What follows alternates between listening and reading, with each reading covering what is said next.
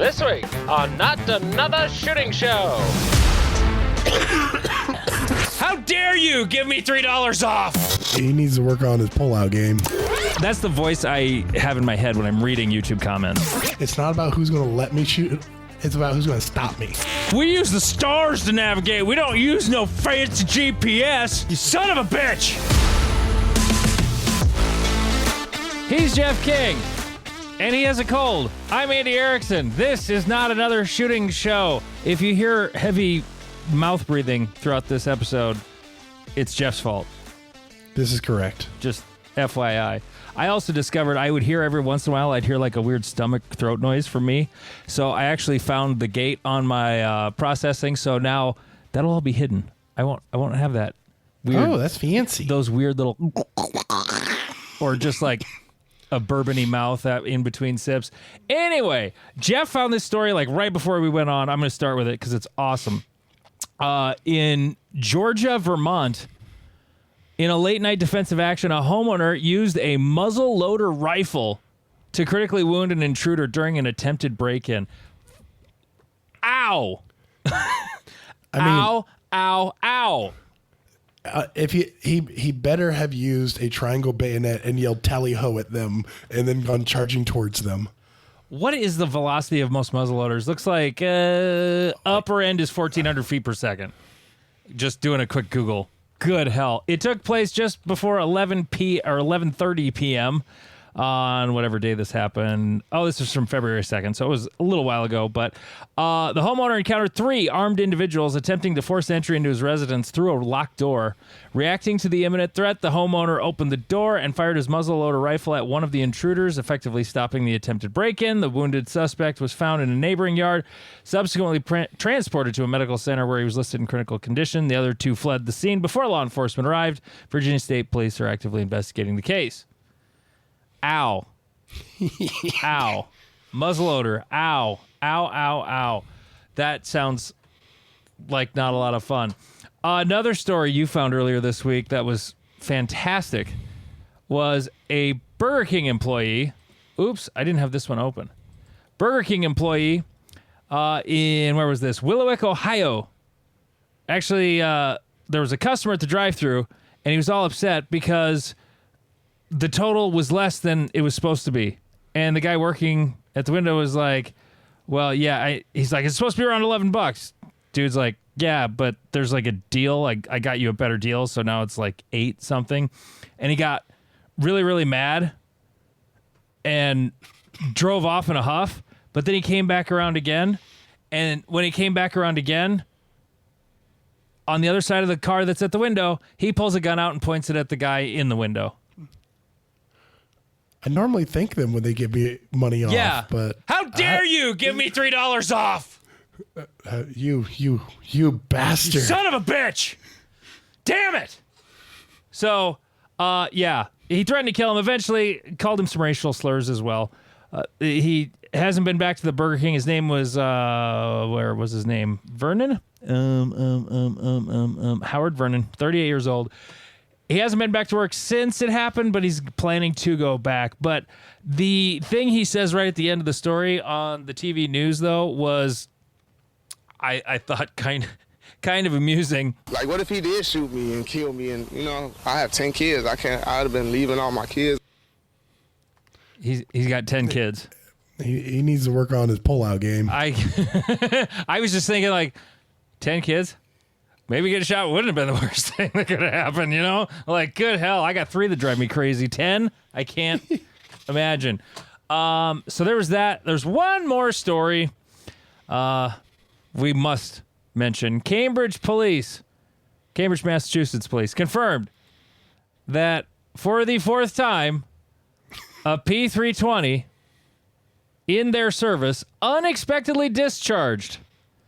Happened at a school. It was an SRO who was in the bathroom. He took the gun out while he was on the pooper or something, I guess. I guess I haven't taken a dookie with like a duty belt before, but if I did, I don't know if I would take it out. I'd probably take it out.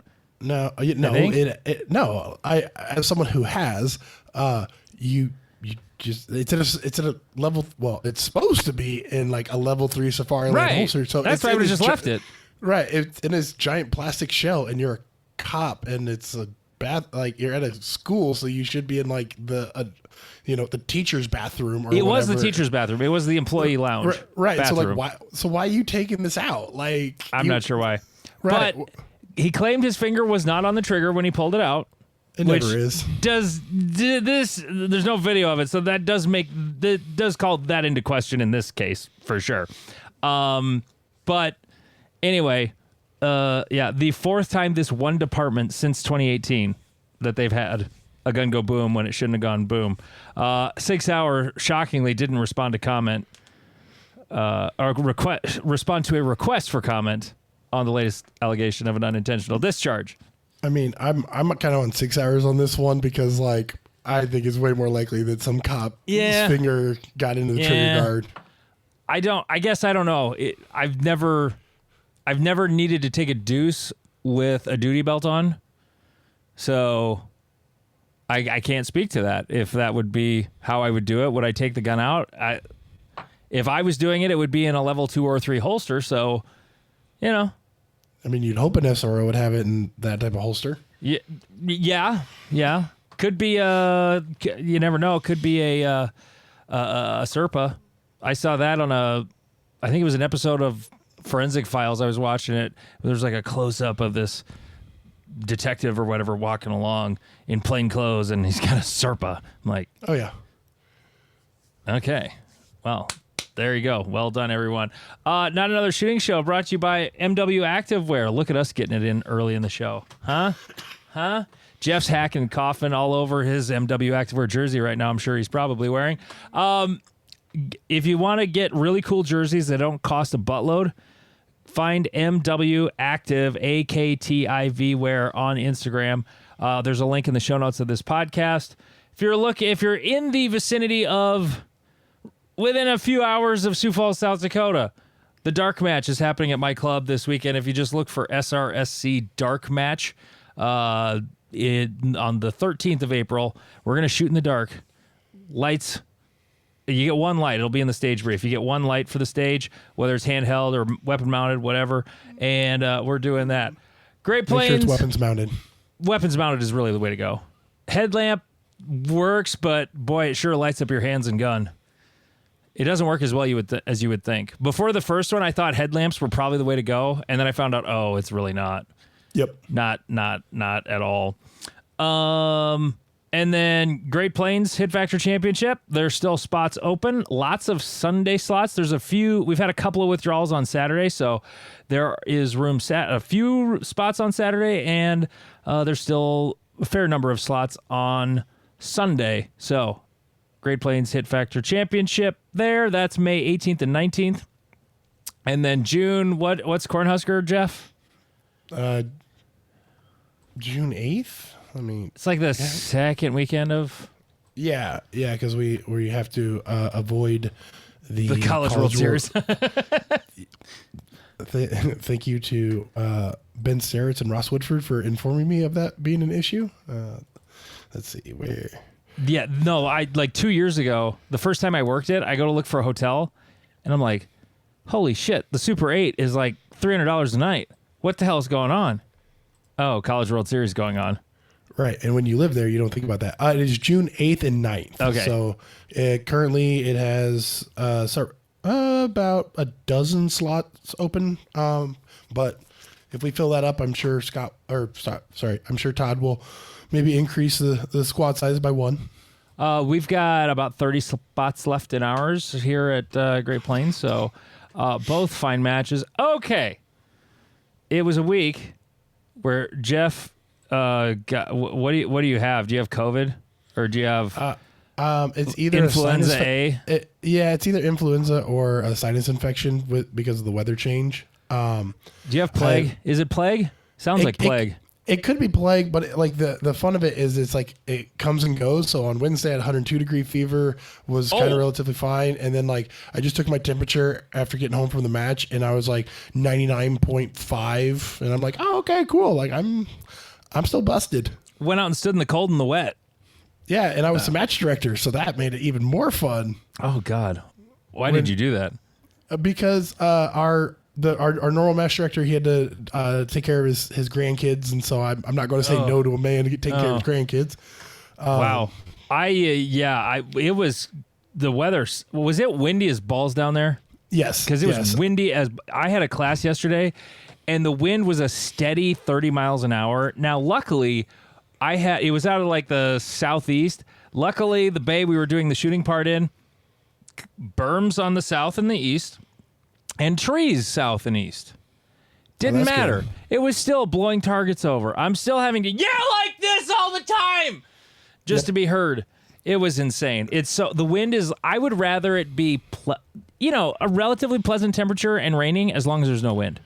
Right. Wind is just maddening.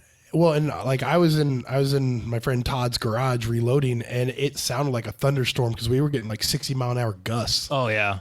And it was brutal. But today it was relatively nice, but it was still annoying. There was a few match director calls I had to make because of the weather, which was kind of funny. Oh, shit's just falling down in the wind. Yeah. So there is a part of the Hit Factor rulebook that says match director discretion for major calls, and we had some rearward falling plates that were continuously refalling and had to run out 25 yards to reset them. And I lost my composure and pointed at two people to go get me stake pullers. I went in and we have the stake drills, and we turned them around and turned them into forward falling so that we didn't have to deal with that anymore. And I said, match director discretion, there's no competitive advantage, keep shooting. These were plates? No, these were big poppers. Oh, they were poppers. Okay. Oh, that's funny. The big poppers are a pain in the ass of the wind. Like only little poppers on a windy day, because even if you lean them way the hole over, they still fall down when they get hit. Yep. Were they actually set up to be forward falling, or? Well, that was another time that I got to use. Yeah. So one of them was not set properly, but when I got called over before my squad even fired their first shot, that other squad was very efficient. Oh, yep. And so I get called over there, and I walk over, and can't be more center of the calibration zone. And I was like, what's the issue? And they're like, it didn't fall. I'm like, well, he gets it. And they're like, really? I'll go, it's Hit Factor rules, and I'm the match director. So yes, I'm not like, we're not reshooting this it does say it's a reshoot in there, but right. I would have preferred just scored as hit. If it's in the calibration circle, and if the RO can't determine, it's up to the range master to decide it's in the calibration circle or not. Yep. And so that's what I went based off of. And I was like, he gets it. Now pull that thing up and flip it around, because it was in a rearward falling state. And I was like, I'm not playing and then I just didn't notice that there were two others that were not in the right state. And I was like, okay. So I can be a little grumpy when I'm the match director, and you probably don't want to be like chit-chatty with me because I get very angry very quickly. I was yelling at my squad the entire day to try to get pasters, try to get it, and I'm like, guys, I have to be here all day, so it doesn't affect me. Oh yeah. We have like almost every popper we have. I guess not everyone, but a lot of them are the hingeless design. And those are actually, you can get away with those as a forward falling popper if you set them right, especially on a windy day when the wind is blowing them the way they're supposed to fall, like back.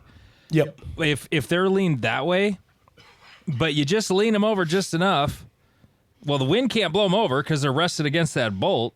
And then when they sort of bounce back off of after getting hit by a bullet, if you set them light enough, they'll go most of the time. So, if it's hingeless, give it a whirl. If it's on a hinge, usually too much friction. But I did that on purpose, like just practicing, because I pulled one out just because we had just got them new and I was messing with it. And I was like, well, I'll just face them rear falling so they don't fall down. Well, I was wrong. They still fell down most of the time. So, yeah. So there's the thing. How'd you shoot? I looked at the scores. I actually shot, for how little effort I have put in, I shot amazing. And some people don't agree with me, but there's probably a 5 to 10% bump or decrease in your ability when you're the match director because you've already walked 10,000 steps before the match starts and you are getting pulled away half the time and like yada yada yada. But like I shot really well. There was one stage I tried to go to the moon on and it didn't work, and the split monster came out and I was trying for 13 splits mid stage, and I actually found the frames where I'm missing my transition and shooting before it's even on the target. So I took 2 mics on a pretty fast little burner, but I was raw time champion, so Hey, way to go. Counts. On that stage or the whole match? On that stage, trying to beat Lane is just insane on time. But overall, like I even with the 2 mics, I shot 89% of Lane with 1 dry fire session and 1 like live fire practice this year. You were 11 seconds behind Lane. Some other dude, the dude that got second though, was 4 seconds ahead of him, almost 5 seconds ahead of him. Yeah, that dude, I don't know. Lots if of deltas and Charlies. Yep. And a mic and a no shoot. And Lane had none of those. So yeah, that happens faster. Hey, it only goes so far. One thing I found interesting just looking at the scores. You had, let's see. Oh, Burt was there. He shot it. You had 27 people shooting enhanced optics. Yep. And you had 3 shooting practical optics. Yep. I'm surprised by that. I'm not. People like more bullets. It's if you try hards that are like, it makes the stage more interesting and blah blah blah, and I'm like, well, interesting is that, I mean, that's so subjective. Like it is so subjective. 90% of C class and B class shooters want to show up and blast rounds until it goes click and then put more bullets into it. Yeah, like the whole like try hard, like, oh yeah, you got to plan out your stage and do that. No, C class shooters don't like planning stages. No, it actually gives them anxiety. So the less things that you have to do during that stage, the better for them. And like the stage that I blew, I shot it in 9 seconds. I shot a 24 round stage in 9 seconds. Like that was the most popular stage of the day. And like reloads just make things complicated. And they also, I had to DQ a dude because he was going from right to left as a righty, which, be careful, but he was also retreating about 15 degrees. So when he went to reload, if he was on the 180, he probably would have been fine. But because he was going back 15 degrees, it put it over that 180. And I was like, bro, like that barrel went towards the parking lot. Like you're done. That was the one DQ I saw on there. Yep. Was it stage 1? Is that the one I'm... So the fun one was stage 1. Stage 2 is the one that got the DQ. Okay. So yeah, that I guess I don't know. I guess I don't know why I'm surprised. I figured it wouldn't be quite so one-sided, No, it'll people want big mags. Like go watch any 3-gun. Like when we had our rifle match, we had dudes be like, should I bring my D60? Should I bring like couple together 40 round mags? Like what? And you were like, dude, like these are gonna be like 20 round stages, and they're like, can I couple cool. my D60s? Can I have 2 D60s coupled together? Right, like one sitting on top of another. Like, can I bring a belt fed? Can I just have a belt fed? Like, people don't actually like reloading. Like, sometimes we forget these things because we are tryhards and we only talk and hang out with other tryhards that think that production's super fun and blah blah blah. And I'm like, yeah, it does. Like, it is nice to like. The reloads are kind of fun when they're landing and all that shit, but like most people don't actually enjoy it. Like it's something that people talk about, and then you're like, oh cool, so like we've made a division for you to do this, and they're like, oh cool, yeah, I'll totally. I'm just gonna keep stuffing my mags full. Right. I'm just gonna keep stuffing. I'll totally get to that like in the off season or like. Yeah, right now if you were to look at Great Plains, let me go look at the match breakdown here. Right now, it's pretty even. 41 enhanced optics and 39 practical optics. However, I have a feeling most of those practical optics, after seeing the numbers at your match today, I'm guessing most of those just haven't changed it since they registered for it originally when it was carry optics and it was a USPSA match, and they just haven't moved to enhanced optics. Right. Or they again, they like the idea until it's time to do it. But most of the time it's still going to be the same number. I mean, there might be a couple stages where they don't have to reload. Yeah, with the enhanced, with the long mag. And that's the grand conundrum of it, is it only affects like maybe every once in a while you have one more reload. But having 25 rounds on tap just feels right. It's fun. But like having 15 is not as big a deal to me as 10. Like if you're capacity sensitive, 15 versus 10 is a lot bigger deal than 15 versus 24 or 25. But no, 100%. But like, if you were like, hey, you guys can carry, like, hey, soldier, you can carry a bunch of 20 round mags, or you can have some D60s and some 30 rounds. They'll be like, I'll take some D60s and 30s. Thank you. Yeah. People just like, why do we have 500 horsepower cars? Like, because we can. Because we can. Because America. And that is the only answer we need. And people, why do we have 24 round followers in our guns? Because America. Yeah. Why do I have big old tires on my truck? Because I'm from Texas, and we put big old tires on trucks in Texas. Because I'm a big old Texas guy with big old Texas tires. I'm totally gonna go rock crawling one of these days in my $140,000 truck. I'm gonna take it rock crawling one of these days. Oh, dude, my boss at work has the biggest jacked up truck. Like, even he bought it the way it was, and even he's like, yeah, it's a little silly. Okay, so you had a match and no one wants to reload, and okay, that's cool. Moving on, there was USPSA shit that happened. They had another board meeting on April Fools. So I'm going to keep this brief because I'm tired of it. And no, I'm not the Area 3 director. Still, nor is Scott, nor is anybody else. Nope, we're still not fucking anywhere when it comes to the Area 3 thing. So, meeting starts Monday a little after 7 Eastern. Immediately goes into executive session. Items on the agenda. Number 1, member discipline. Okay, so considering the rest of the agenda, I'm guessing a whole lot of time was spent on that since it was first. And again, the Area 3 thing is dead last. They didn't get out of executive session until after 11 or just before 11, and then the meeting ended at about 12:30 or so Eastern. So other things on the agenda were compensation committee report, whatever, vendor confidentiality, and then the A3 thing.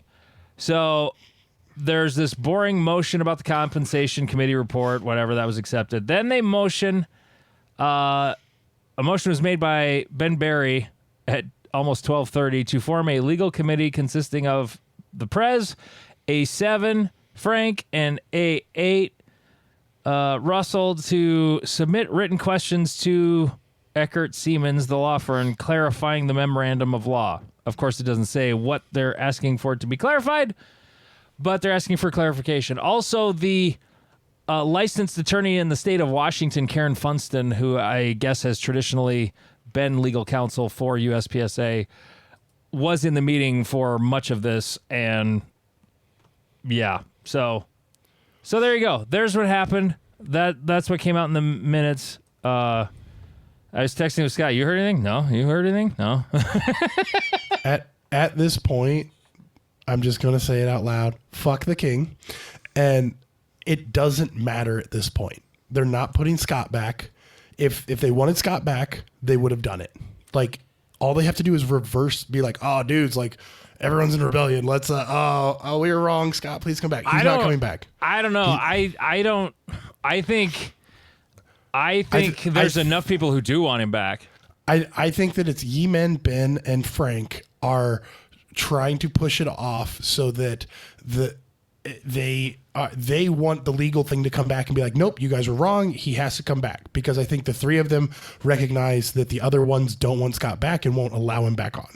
I'm giving them the benefit of the doubt, But like, because at this point, they could have all been like, oh, dude, like we're losing 25% of our revenue. Like our matches aren't filling up. Like we have an entire area with no leadership whatsoever. Like we can do something Or about much this. for matches going on either. Right. It's like we can fix this by just being like, hey, our bad, a little egg on our face. Shit. Blame the Mel, the guy that left, and just be like, you know what? It was Mel's fault. And be like, all right, everyone, blame Mel. We're blaming Mel. Like, and we move on. It's not coming down to that. Andy is going to be the area director if they want to follow any type of semblance of rules. As long as I'm not one of the people they're talking about in the discipline part of the executive session. If you discipline us, I'm gonna get a shirt made. Oh, it's gonna be so great. And like, I like E-Man. I've never met Frank or Ben, and like, I'll hug him at a match wearing that shirt. Like, because it's not about who's gonna let me shoot. It's about who's gonna stop me. And it's like, screw all y'all. Like, I'm gonna do whatever I want. And like, I'll invite E-Man to Cornhusker Classic tomorrow. Like, I'll text him and send him the practice score link and be like, dude, sign up. I can't imagine. I mean, if we said anything too offensive about the staff, that Can I start now? where I can't. I don't know. People say crazy shit on the internet. Now we've been critical. We haven't been critical to the point where I would consider us being in danger. But who knows? You know. Danger. And if we are, game on, hit factor, baby. Like, let's do this. You know, It corrects so many issues in USPSA already. it does. I mean, and just the fact that if I'm one of the people who's on the list, which I've not heard a thing. I'm just guessing, but I can't help but wonder. You know, people have said way meaner, crazier shit on Instagram or Facebook, so I haven't really said much since not really anything serious. Anyway, I mean, if it does come down to the fact that they're using some little thing I said on the podcast to say, nope, he can't be Area 3 either because we're going to kick him out. Okay, so then you've kicked out the exiled Area 3 director, and then the only guy who's a candidate, and then you're going to nominate another fucking Ken Cobb from Area 3. So, No. Nope. no, not a chance. So, I mean, and at that point, it would just be like, okay, Area 3 is not a thing anymore, except for like one club in Minnesota, you know? That's Pretty much. what it'll be. So, okay. You had a match. We talked about that. Now it's time once again. It's been a few weeks. It is time, ladies and gentlemen, for Jeff's hacky, phlegmy comment section. Take it away, Jeff. The first one, but this one is great. I guess Fred got tired of the ascot jokes. I don't get the reference. It was a third party view, and I was wearing one of those the little towels that you dunk into a cooler and wrap it around my neck, like, so it looked like I was wearing an ascot. Oh, and then you shot like that? Yeah. Oh, okay. Oh, third-person video. Okay. Yeah. So they saw my neck. Not a great lead comment, Jeff. It wasn't just automatically funny. It required too much explanation. All right. Hey, bro, what's with the Goku wristbands? Goku? Yeah. I don't even know what that is. You've never watched Dragon Ball Z? No, never. Oh, yeah, we are in a different... Dude, I'm 47. We're in a different generation. I didn't even hear what that was until like 3-4 years ago. Oh, yeah, no, Goku wears these awesome wristbands and yells Kami coming out. He does wear wristbands that kind of look like yours. I just Googled him.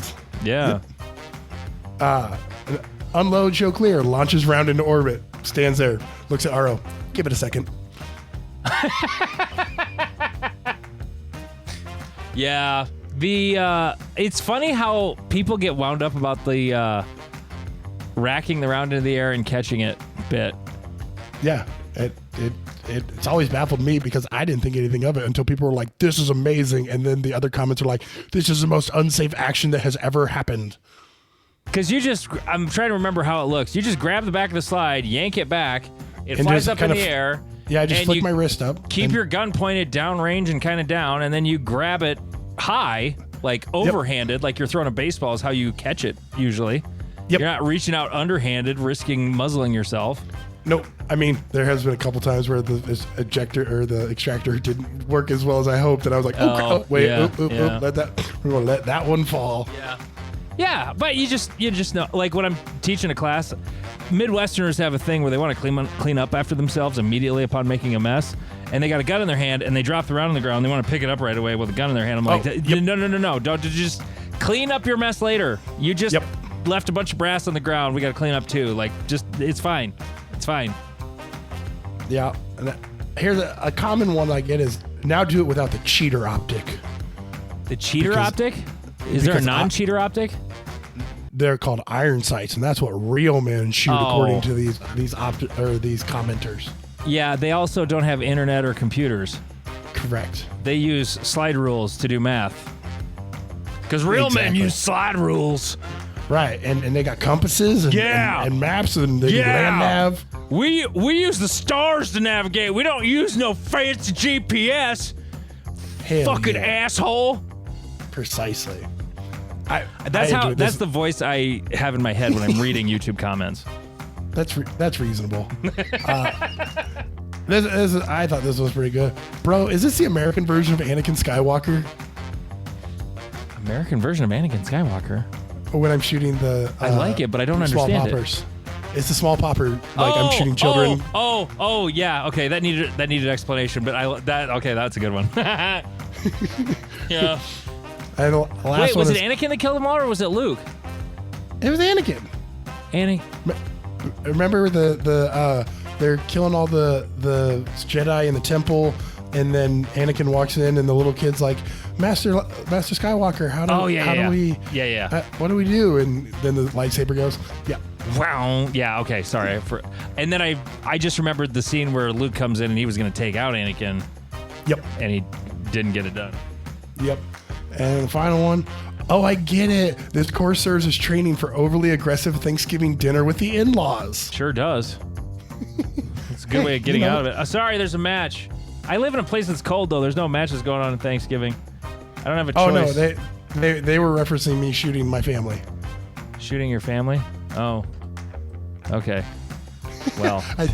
This is where our comedic brains don't line up. No. What you find funny and what I find funny are very they're references I don't get. I don't get them at all. I'm too old. I don't understand your hip YouTube short comments. Back in my day, we just left a comment on MySpace and said, "You're hot. You want to fuck?" Yeah, back in the day, Jeff, when you were like a toddler, MySpace, you would have not only your profile, but you would have like a profile song. yeah, I had MySpace. My front desk lady actually asked me this week. She goes, "Did you have a MySpace?" I'm like, "Yes, I did." Oh, and okay. she's like, "Well, like how was it?" And I was like, "It was awful. Like I don't want to talk about it." And you could do like a skin on there, but it would be like some code you would copy from somewhere else, and it would just be loaded with ads and bullshit, and it would slow down your computer until it couldn't run anymore. It was great. Yep, was and all so the fun. messages you got were the please send this to someone or else 10 of the people you know are going to die Yeah. or some. Yep. Back in my day, we did that with emails.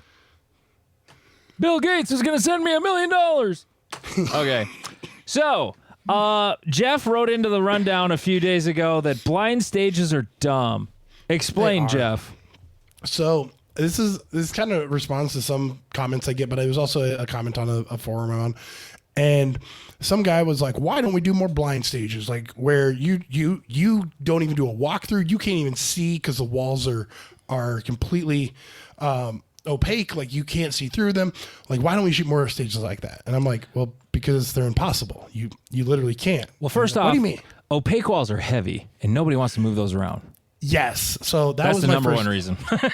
right. Well, that was the first one. Is it like setting it up? The walls are super heavy. The wind likes to blow them down.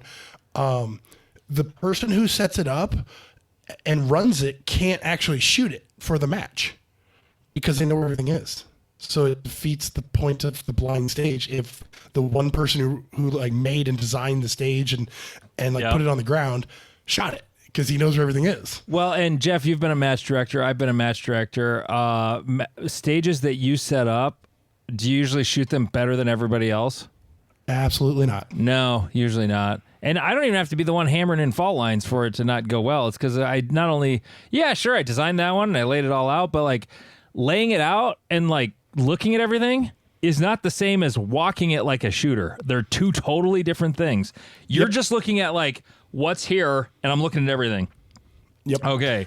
And then there's this spot and there's a reason why shooters find stuff you don't, because you have this very different view. I'm trying to make sure it's safe. I'm trying to make sure there's no DQ traps. I'm trying to make sure I don't have more than 8 rounds in one position. You know, you're looking at it from all these other angles instead of just like a shooter. So it's not really an advantage because you're not using the same brain. Right. But for the blind stage, you'd have to have 2 to 3 people on that stage at all times because they would have to do the reset, run the shooters, the whole 9 yards. And so none of those people can actually shoot the stage. Mm-hmm. So would you like to burn your Saturday on a stage you don't get to shoot? Yeah. No. Then it doesn't, you aren't practicing anything. Like people are like, oh, you're like practicing clearing a house. Never clear a house. Never. Like every expert that says don't ever clear a house by yourself. No. Like there's too many like cubbies and all shit. And clearing a house takes hours. And by the way, what house would you be the most likely to clear? Your own. Where you already know where everything fucking is. Right. And so you get the logistics of trying to set it up with these big old heavy walls, then the logistics of resetting it after every shooter, then the time per shooter. So every shooter who shoots this has to go through the thing looking behind every wall to see if you snuck a target behind this wall or is there something here, something there. And so unless you have them basically like walking it like a haunted house, it will take like 5 minutes a shooter just to look so that they look behind every wall. You know, if it wasn't the most unsafe match that would have ever been devised, a haunted house match would be awesome. Right, like one of the shoot houses, and then just make it a haunted theme. And I'm not against it. No, but I mean, like a haunted house has like people in it. You know, like we just use sim guns. Oh yeah, there you go. I mean, I'm all about violence. Or hell, even just airsoft. Yeah, like you can do airsoft and some pad, like wear some pads and like even like have a wrestling room and whatever. No, it could be really fun. Yeah. But going back to the blind stage is like the time per shooter would take forever to run people through. So that would be annoying. Then every person would like at every match, several of us have cameras. Like I have a head cam. So you'd have to make sure that no one goes back to their buddy and is like, hey dude, here's what it looks like. Like it would be nearly impossible. Yeah, they would have to finish and then go get sequestered somewhere else. Exactly. For it to actually be fair.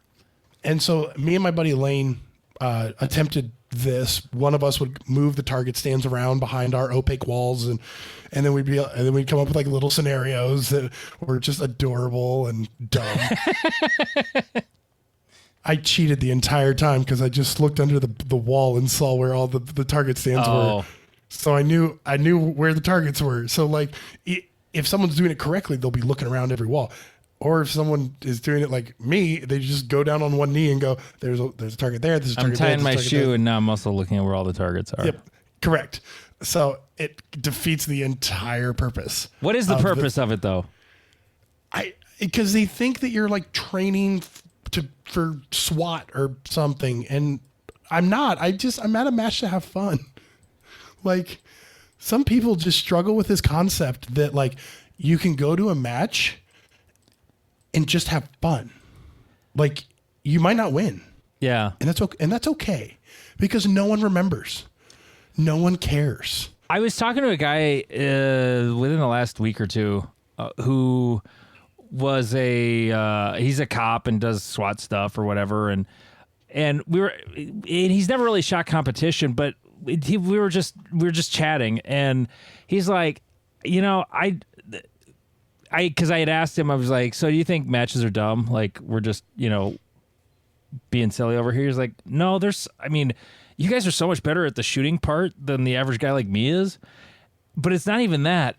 In a different way, you guys are processing, like, yeah, you can go look at everything, but even if we're like doing like shoot house things, like practicing, the more you do it, like training, the more training you do, the better you are at it. Even if you don't know what's coming, if you've practiced it, you do it better. If you've shot a bunch of matches where you're basically pre-practicing in your head, like visualizing, he's like, yeah, that's the same sort of thing. It's just applied differently, and either one is beneficial. Yeah. And he's like, I wish I had time to shoot matches, but I just don't. And because the guy has like 7 kids. Oh yeah, but, that makes sense. But I run into that like kickboxing is the same way. It's just like our ability, like people ask me, they're like, oh, how did you know that guy was about to kick you? I'm like, I don't know, like my brain just processed that it was coming, and because I've been kicked in the head a lot. I kind of had an idea. 10,000.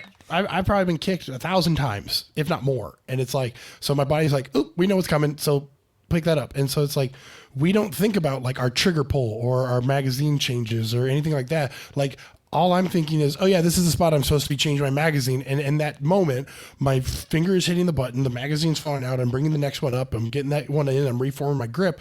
Like, I'm doing all that without thinking. And so like, it does apply to like real world stuff, but you can just show up to a match and have fun with your friends and like, be like, that was a fun experience. Wait. Before we get to that though, okay, I don't know shit about martial arts of any kind. Yep. So tell me if I'm guessing this correctly. You've competed and sparred so much and been kicked so many times that there have been a number of occasions, let's say it's like 8 or 12 occasions where you made a sort of aggressive move, and after that got kicked in the back of the head or whatever, like some bad outcome happened that was relatively similar to every other time you made some sort of similar aggressive move. At some point, that training is sort of like, I'm about to get in the head. Yep.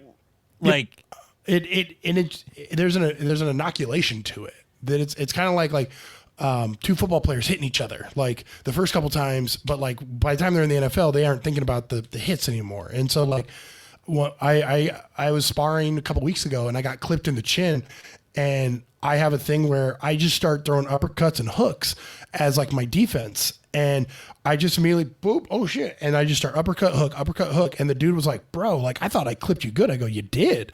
But I knew to go like, okay, they're either going to be coming low on you or they're going to be in front of you. Like, you're either going to catch them with a hook or you're going to catch them with an uppercut. If I get tagged in the face, I'm doing this. Yes. So you just basically followed pre-programming. Exactly. It's like, I'm just following the pre-programming. Just like if you were visualizing a stage and your gun went... Right, or if your gun went click, your brain isn't, crap, why is my gun click? Yeah, it's probably more like that.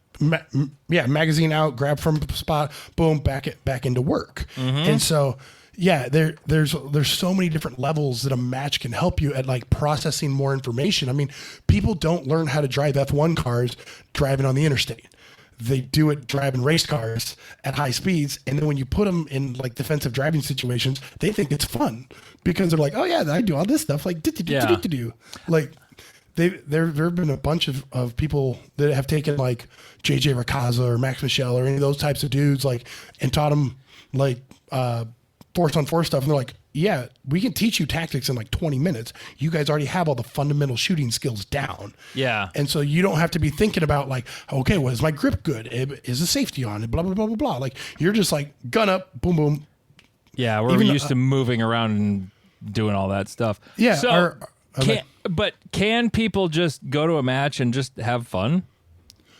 The smart ones can. It's us idiots that can't. I like that you threw us in there because I can't just go to a match and just have fun. Although Nope. I'm probably going to have to do that this year because your knee. Because of my knee. I'm not going to I'll be able to shoot the dark match. I still haven't scheduled my surgery. I started a new job and we're probably switching insurance. So I'm waiting for the new insurance because it's really awesome. Nice. And so I'm not going to do it until after that happens. So it's a little ways out yet. Probably still before Great Plains, but definitely after the dark match. So I'm going to shoot the dark match with you and Steven, whom I both beat at Iowa section last year. But I strongly doubt I will I will trust my knee to go hard enough to.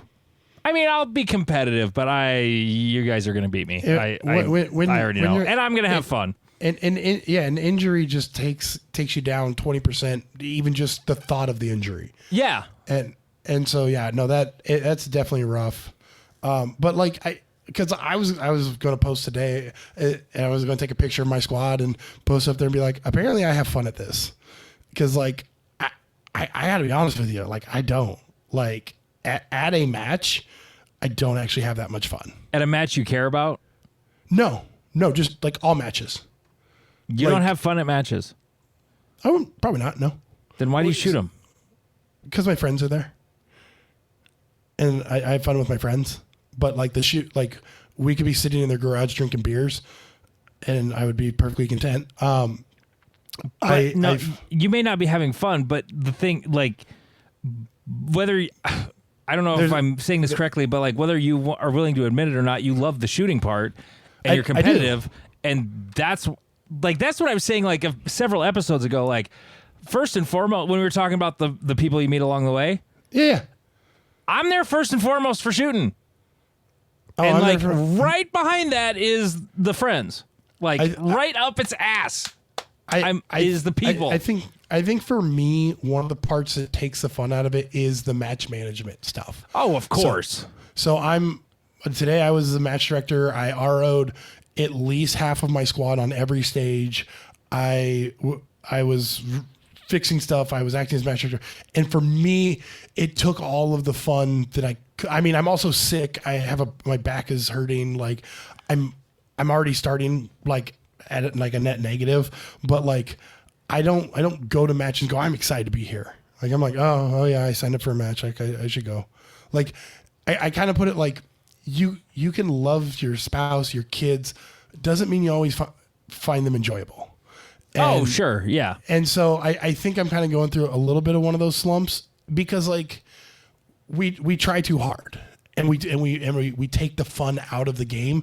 But I think most people who say this, or who are the tryhards, the sponsored shooters are the ones who they ruin it for everyone. Those are dudes just looking for excuses. They're dudes that are I've shot this match 4 times, and the sponsored shooters, they just keep getting better and I stay the same. And you're yeah, because you don't dry fire and you don't practice. Yeah. And are you putting in the hours that they're putting in? No? Okay, then stop talking. But I would say that for me, I don't have if all of my friends moved on from the sport, I don't know that there'd be enough fun left in it for me to continue without the people I already know doing it. Yeah, I'm kind of there's times where I get really last year I didn't have time to shoot a lot of the club matches because I was teaching when a lot of the club matches were going on last year. And so when I got to go to a club match, I remember the first match at the Sioux Falls Club, the one that I don't run, the first one after my dad passed away, I hadn't been able to shoot there for most of the year, and I hadn't shot a club match in a long time, and it was that was the first match where I was I am so excited to go to this club match. Yeah. I was so excited to go. And I think if you just do it too much, that's part of it. Is I just go, well, there's a match, so I have to go. So I'm going to the match because there's a match. Right. And so I think moderation is key. And yes. So I'm already at 5 matches this year. Good hell. I have 1. Right. And so it throws me off as I think I did January, February, and then our March was a rifle match, and then I went to Ankeny and shot their rifle match, and then the match today.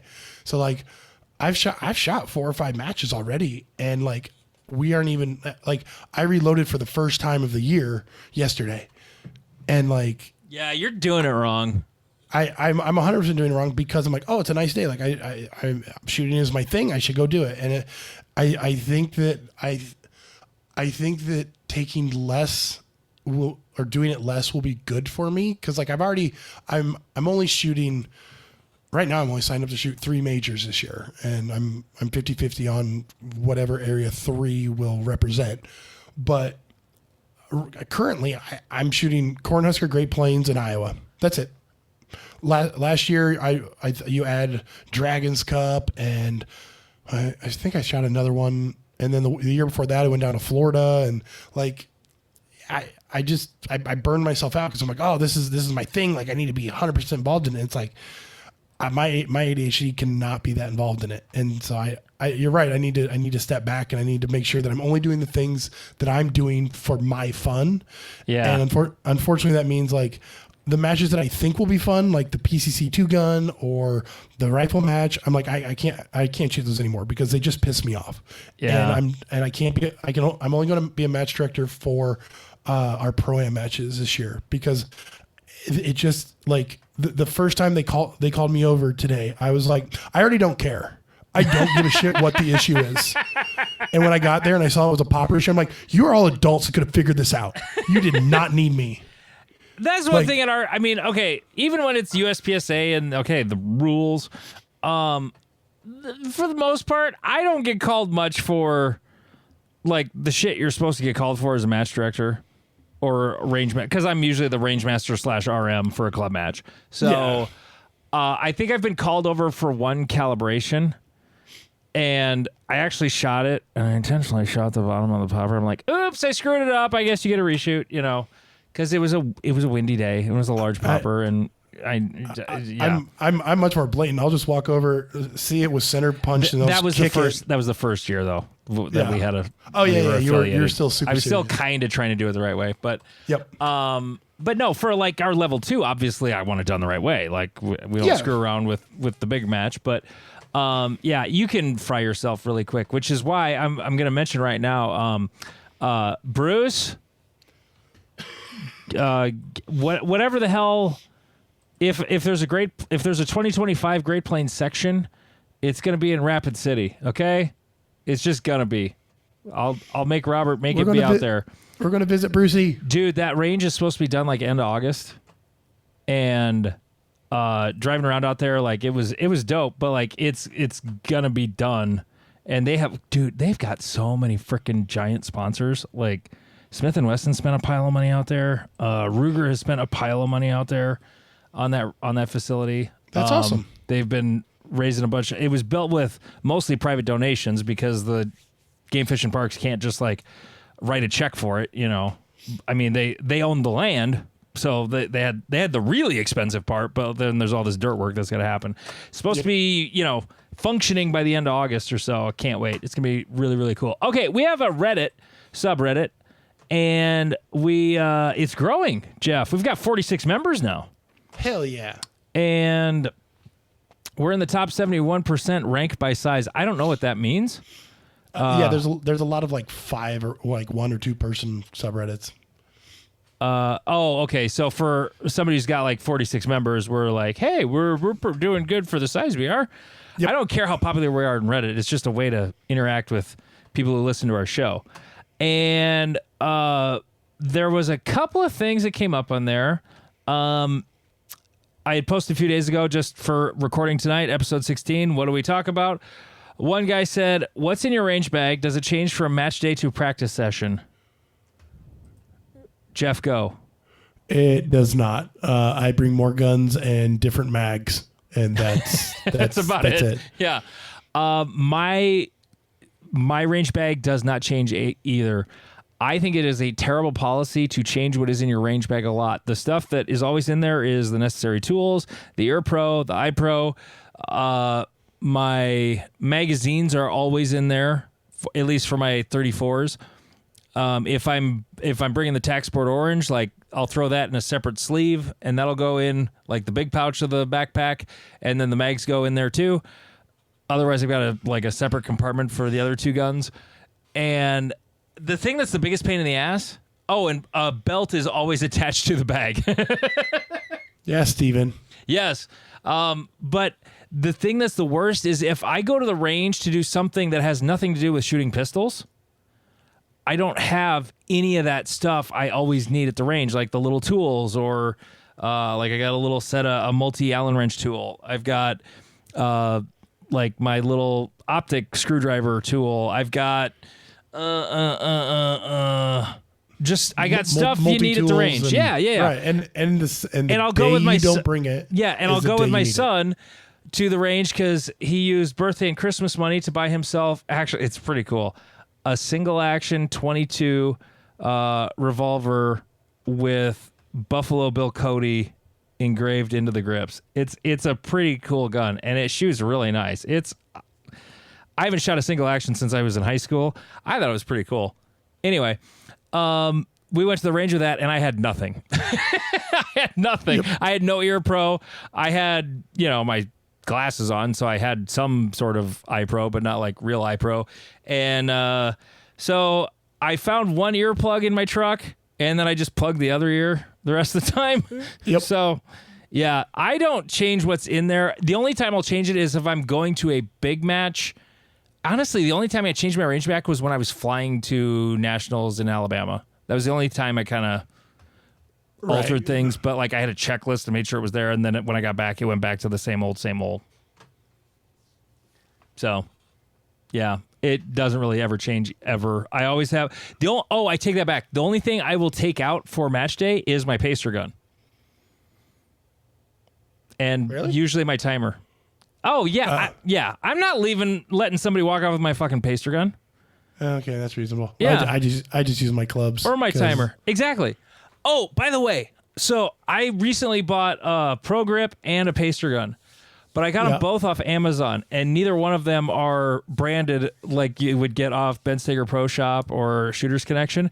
The Pro Grip, it's in the exact same bottle as Pro Grip, and it's the exact same product as Pro Grip, but it's called Grips, and I got it on Amazon, and the shipping was like, well, it was free. I got 2 bottles of the shit for like $13 instead of $10 plus shipping for a bottle of Pro Grip from wherever, or $9, whatever it is. And my pacer gun, instead of being like $85 and having Competition Dynamics, whatever bullshit sticker they put on there, it's just the AVN 30 price tag gun minus the price tag, the price part, and it was like $70 on Amazon. So, yeah, I think Modern Asian Dynamics, he posted that something about a different pacer gun, and I went looking around on Amazon and found that exact, it wasn't the one he posted it, but it's literally, I lost my pacer gun. I don't know where it went. And so then I bought it, and now I got it. So. Oh, that makes sense. Yeah. Pretty cool. Okay. More Reddit shit.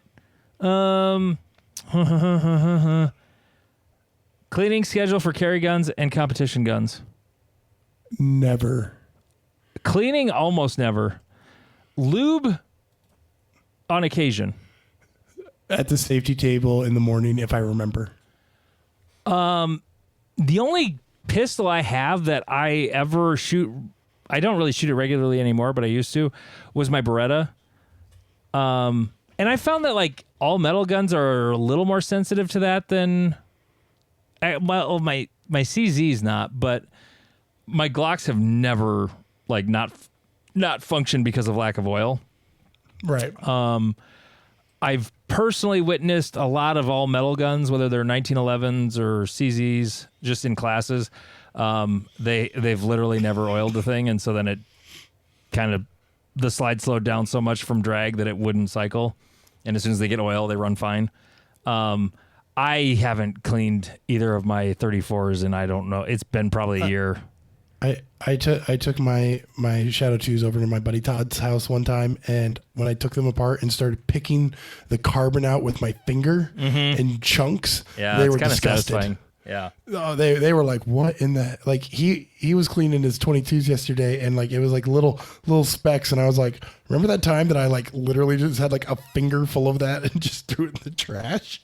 Yeah, but 22s are finicky. You got to keep those suckers Oh yeah, clean. no, they're and they get filthy so quickly. Like, it was kind of impressive, but I was just like, people are like, oh, how often do you clean them? And I'm just like, I don't. Like my M&P, I haven't cleaned it in, I don't know, a year. Maybe before the night match, I might oil it or just put stuff on the rails and call it good. But like, that is the full extent of my maintenance schedule. I think people over maintain guns. Like, you don't take your car engine apart every time you get home from a road trip.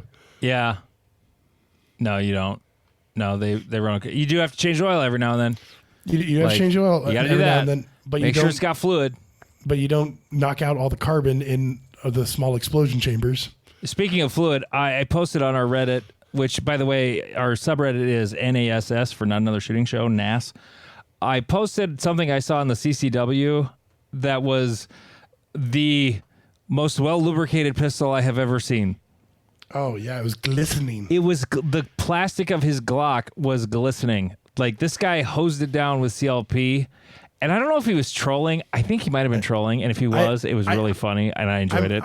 I'm guessing he was trolling because he got downvoted a lot, and I'm like, that's. I don't think anybody's that crazy, but. Yeah. It was seriously like the slide.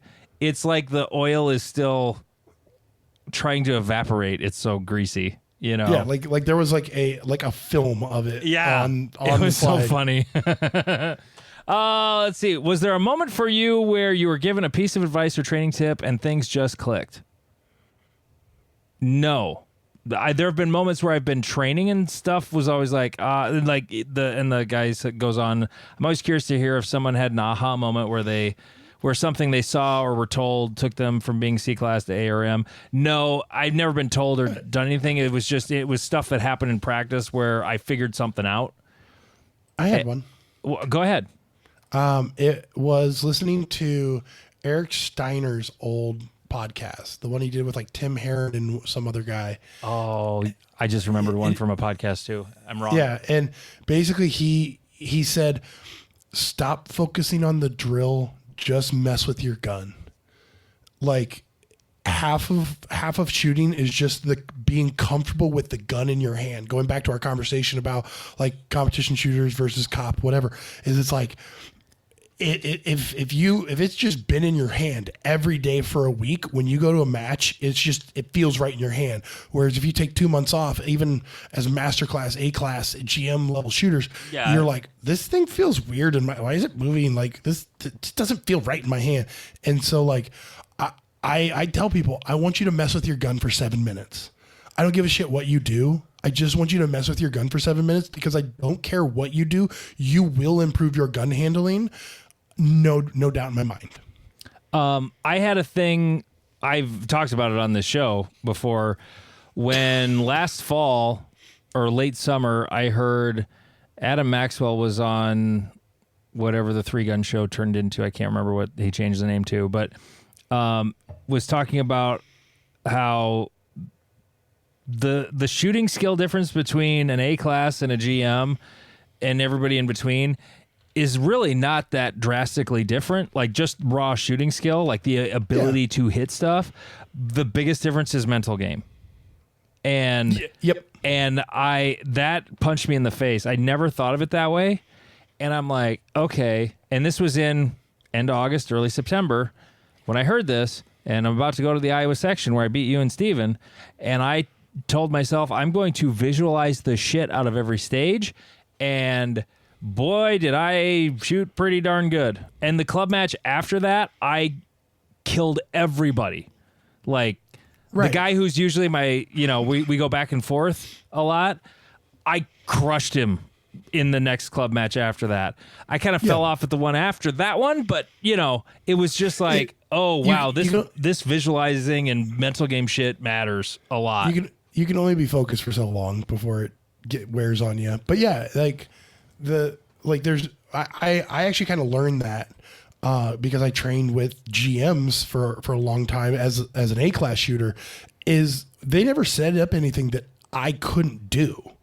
Yeah, I you could just hit couldn't do it everything. right. I just couldn't do it as fast as they could. And that was what kind of broke my brain is that like, and I mean, equating it to like jujitsu, like a purple belt, a brown belt, and a black belt basically know 90% of the same things. It's application.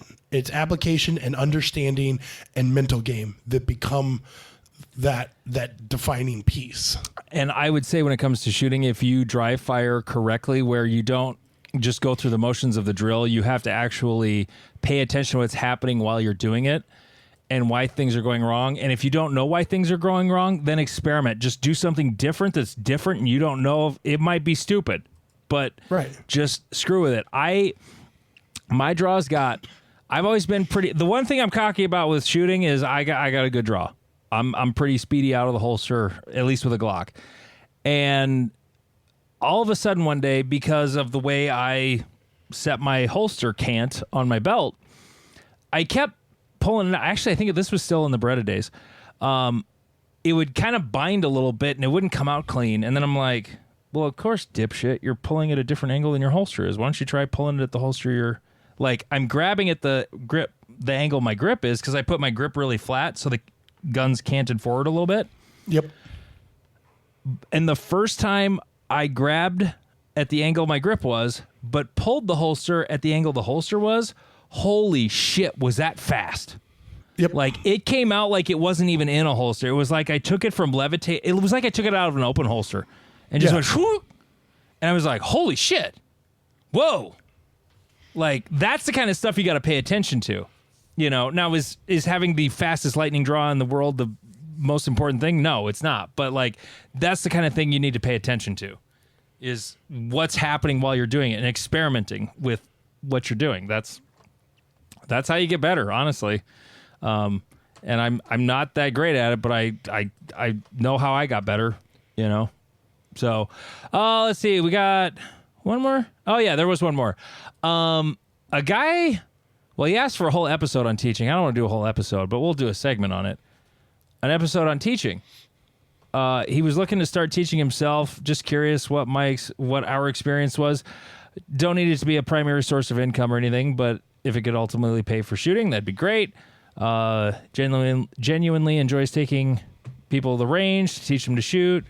How did USPSA experience help? How did it hurt? What's the average shooter skill, and what do they need most to learn? Okay, my first thing would be like, work with newbies. There's a lot more of those than USPSA people. Yes. There's a bigger market. Now, as far as the amount they're willing to spend, and for the other thing too is a lot of the guys who own, like when it comes, here's one thing to understand about men and guns. If it has a trigger, tires, or tits, men think they know what they're doing.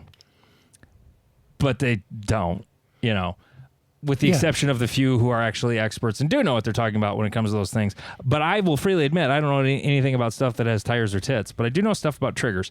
So, like, working with new shooters is incredibly fun and rewarding. And I do work with competition people, but it's mostly just people who are up and coming, you know, like they just got into it and they're like, I'm tired of sucking. Can you help me? And yes, I can help you get so far. I can actually guide this a little more. Go ahead. What's the first step? So I'm not an instructor. I would like to be an instructor. Oh. What's the first step that I need to do? Understand what you're going to do when you work with someone. No, that's not okay. What, like, am I teaching, like, how do I go get a certification? Where am I training? Like, what certifications do I need? What? You don't need any. Correct. When it comes to shooting, anyway. What do most ranges make you get? I got one because state law requires it, because I wanted to teach the pistol permit class for South Dakota, so I had to get a NRA basic pistol instructor class certification.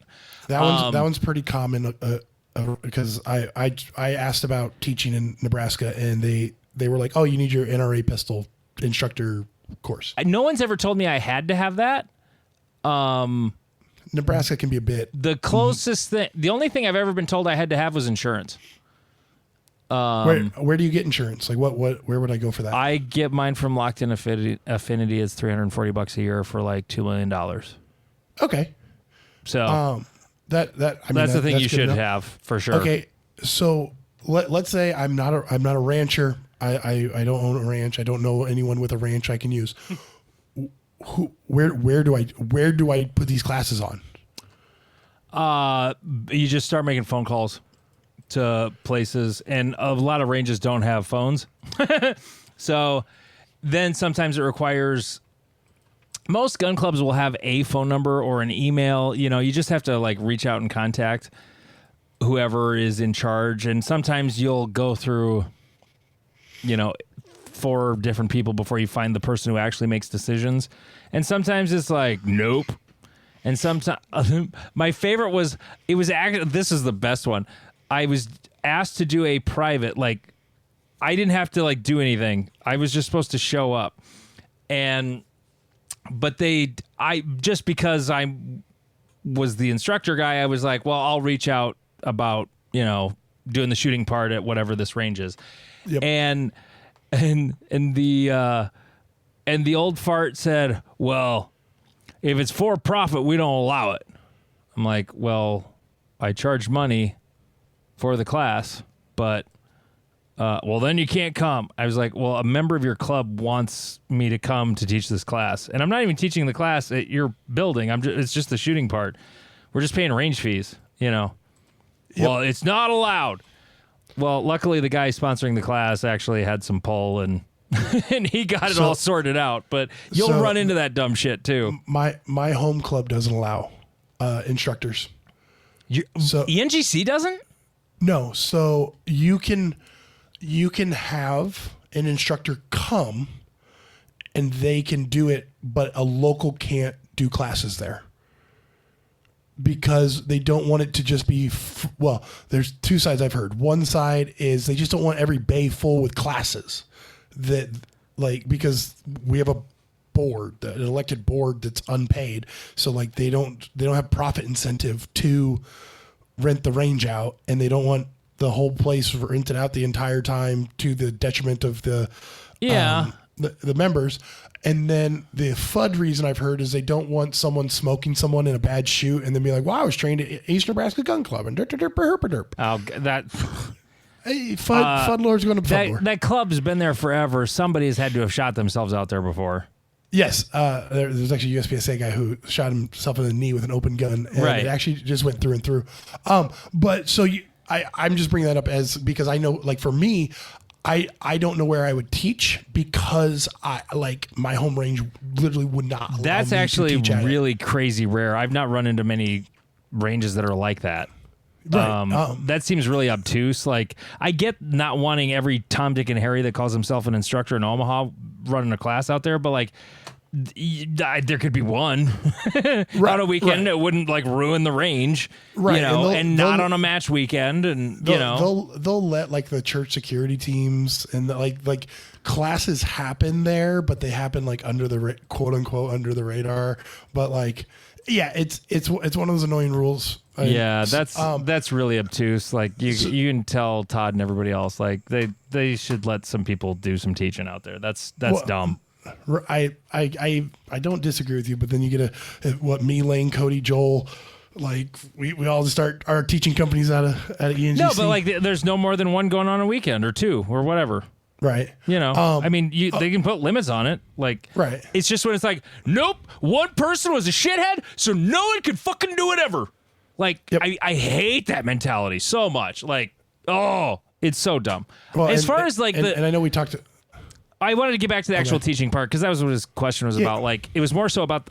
I took his questions about the teaching of shooting, not so much the logistics of it. Like, that's a thing too. Well, he was looking to start teaching myself and was curious what your experience was. So I was going to move it to. So like, do you think your USPSA experience helps you? Yeah, a lot, a lot.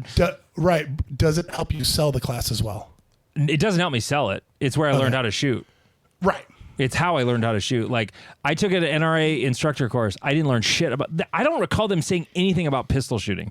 The only thing that required a fundamental was like, show me how to clear a double feed. Show me how to clear a stovepipe. Like, that was pretty much it. That was the only like shooting, and it wasn't even shooting. So, the whatever instructor class, I mean, if you care about shooting USPSA and being better at it, like it will help you get better. Learning to teach will make you a better shooter as well because you'll look at things more analytically. You know, there's always a certain number of, these things happen a lot, but every now and then there's a weird thing somebody does that you don't see a lot. But through the experience of teaching, I learned, oh, my grip could be screwed up that way too. You know? Yeah. Like the thing that is super common that I've come to find that a lot of people do wrong, like in my newbie classes and permit classes, and this could be a thing like some USPSA people fight with, is if you draw the gun and bring it up real fast with iron sights or a dot for that matter, and like everything's pretty well lined up, but the front sight is like it's behind the left rear every time, and every time the gun goes off, it returns with the front sight in the exact same spot right behind the left rear.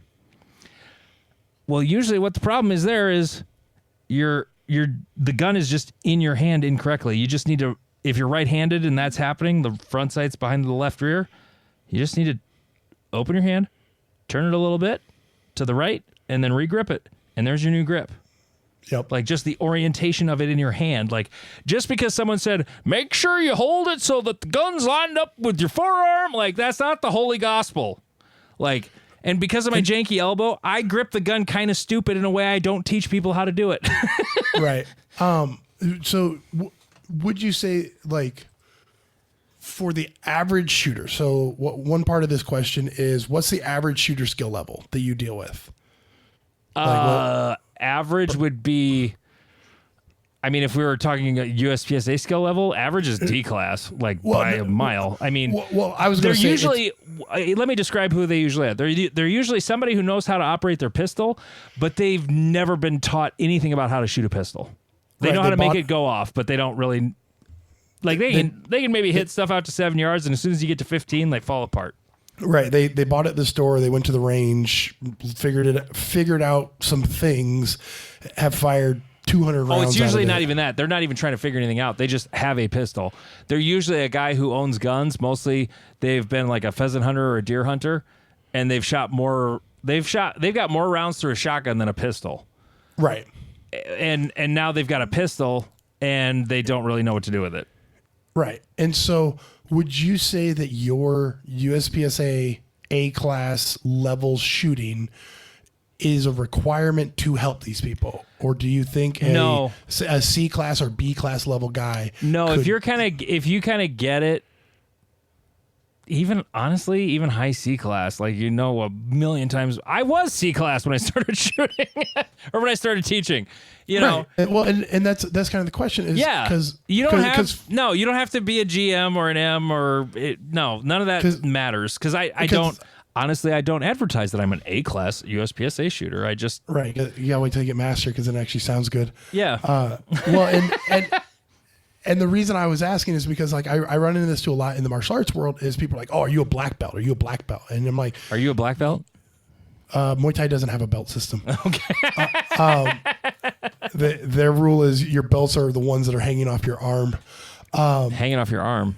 So like all your championship belts. Championship belts. Got victories. Sorry. Titles. Yeah, Gotcha. Victory titles. And you like once you understand it, you can look at them and go, you can get taught by, like you said, using the jiu-jitsu system, you can get a white belt can learn from a 2-stripe white belt. Like they know miles ahead of the person who's just starting. Yeah. But people think that they need the world champion black belt to teach them something. And you're like, you're actually wasting your time and money doing anything with this person. No. And like when people have talked about, and I don't disagree, like when Steger and others have talked about, like, if you're not demoing in classes, that's really lame. Now, I agree with that to a point. For, upper level competition classes, yeah, that's a much bigger deal. For some of the, hot shit operator stuff that he and others do, like, yeah, definitely. But even then, though, if he showed up and had his hand cut off in a car accident, can he still articulate and teach people and make them better? Yeah. Like, yes, of course. just because you can't do the thing, Doesn't anymore. mean that you can't teach the thing. It doesn't mean you can't teach the thing. Like I'm honestly kind of cocky about it. I'm a way better teacher than I am a shooter. I was a And they're two completely different skills. I was a semester of classes and student teaching away from being a high school teacher. And then I was a coach. As soon as I graduated high school, I coached some sort of sport. So like I've been teaching things for a long time. So like teaching anything, if you've never taught a thing in the world ever, it's going to be a little tougher. But if you have done some coaching or some teaching and you kind of get how to like, well, here's the beginning and then here's, what we're working towards, and you learn how to do everything else in between, Yeah. It's not complicated. It's not hard. And if you actually practice and care about getting better at USPSA, it'll make you a better, not only teacher, but better competitor too. I do have one final question about this topic. Has your lack of military or police background pedigree ever affected your ability to put on a class? No. Okay. Like no one has ever said like, so were you in the military? No. My dad was. My grandpas were. I was just asking. It's never. I kind of know what you're getting at though, because it's more so not anyone I've put it on with, but people have asked. Hey, well, were you in the military or whatever? I said no. I just say no. And I'll be the first to admit, like, I don't know shit about tactics. I've been asked 100 times, like, hey, are you going to do a tactical pistol class? No. Right, because you are a hard skills teacher. Yeah, I know how to shoot a pistol. That's what I teach. And one of the reasons I asked, the two reasons is, one, I find that there's at least a segment of the shooting population that, like, if you weren't a cop or military, they don't even want to talk to you. That's the okay. other right, exactly. They're not people you really want to deal with. But the other side, it's kind of a funny story from the gym I own, is we had a guy call and he's like, hey, like, I'm super interested in getting involved in this and blah, blah, blah. And we're like, oh yeah, totally, dude. Like, come out and check it out, blah, blah. His final question to us was, are your instructors Asian? And we were like, no. And he hung up on us. And I was like, that's funny. That's like a weird reverse racism, but like white people can be good at kickboxing too. Yeah. I got hung up on one time because the guy, I said to the guy, most people have no idea how to hold a pistol. And that's when he hung up on me. Yeah. It was awesome. You need some halls, Jeff. I do. You need some more. Well, your steroids should be, well, you're on the anabolic. You need more catabolic steroids. That'll help you with that cough. Yes, I just need more PEDs. PEDs and Greco. Yeah, that'll help you out there. Well, thanks for listening, everybody. That last bit went on a little long, but I hope I answered his question. If you check out the show notes, that'll have a link to Michelle's lovely MW Activewear, and you can order jerseys that don't suck. We've been talking about it off the air forever about like starting a Patreon, and when we do that, there'll be 2 episodes a week. And I'm getting close to where things are settling down and I can actually do that. So we'll have maybe that coming up here relatively soon. Maybe someone will pay us to do this show, Jeff. That'll be weird, won't it? Right? Yeah. I hope so. And then I can quit all my jobs and you can sell your gym and it'll just be awesome. He's blackjack and hookers. Yeah. Yeah. Just hookers and blow. Hookers and blow. He's Jeff King. I'm Andy Erickson. This is Not Another Shooting Show.